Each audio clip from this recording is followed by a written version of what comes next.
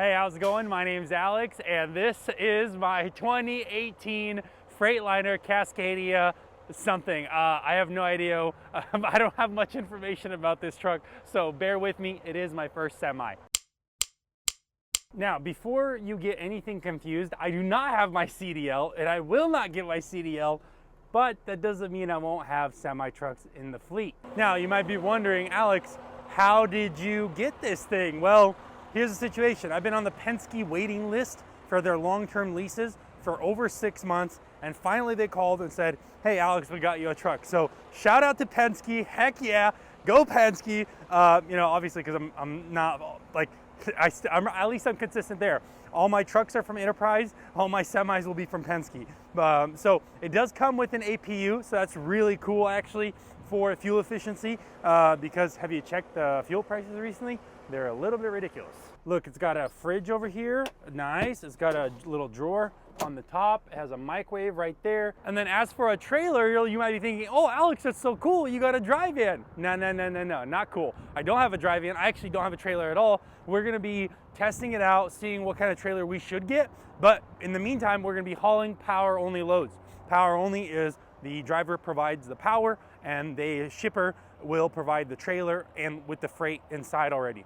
And this is actually our third load now. But before we talk about loads and how much they're paying, let's get into how I picked this thing up and literally the driver's first day. So the plan really was for me and my driver to fly up there and meet, like, you know, take the truck delivery, because obviously I can't drive it. And that ended up not working out because I flew in first, and then my driver flew in, which is whatever. Hashtag the flights are problematic.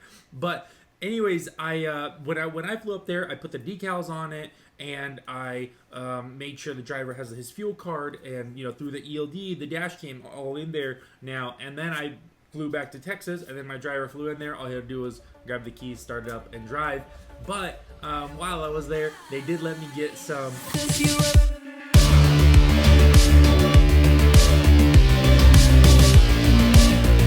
King in the castle, king in the castle. But it was raining up there a lot, and so right when the driver jumps into the truck in that gravel lot, he ends up getting stuck, and his steer axle sinks in. It's ridiculous, and it's like day one, you think you're all excited, everything is gonna go smoothly. Nope, they had to use a couple of trucks to pull that semi out, which was it was quite the adventure for the driver, for sure, you know. And then as for loads, like, you know, there's good and bad. So it's like you gotta follow the money, kind of like Hot Shot. You know, it's not just like there's a bunch of available power only freight, but you can get a good load. Like there was this load, Paxton, Illinois to Detroit, Michigan, 357 miles routed out, $2,000. You know, it's like, wow, that's pretty nice. And he had like 100 miles of deadhead, so really it's like $4 a mile when you include the deadhead, so not bad. But once we unloaded in Detroit, we had to get the driver back to Texas, and because there was some other minor things we needed to do with that truck. And, you know, from Detroit, he had to deadhead right back to Paxton because that was where the next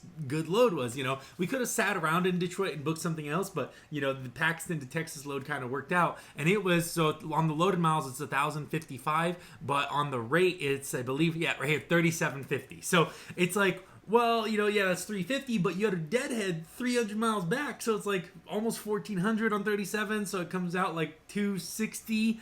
And you know, with given the fuel prices and the semi truck is a little bit more expensive than the Enterprise, it's like I don't know. So like, you gotta subscribe because I'm gonna be doing some more videos comparing Hot Shot and Semi now that I can. The Penske lease versus the Enterprise long-term rental. So it's gonna be interesting because I want to get some miles and some more loads under our belts to really form my opinion. So stay tuned for more videos.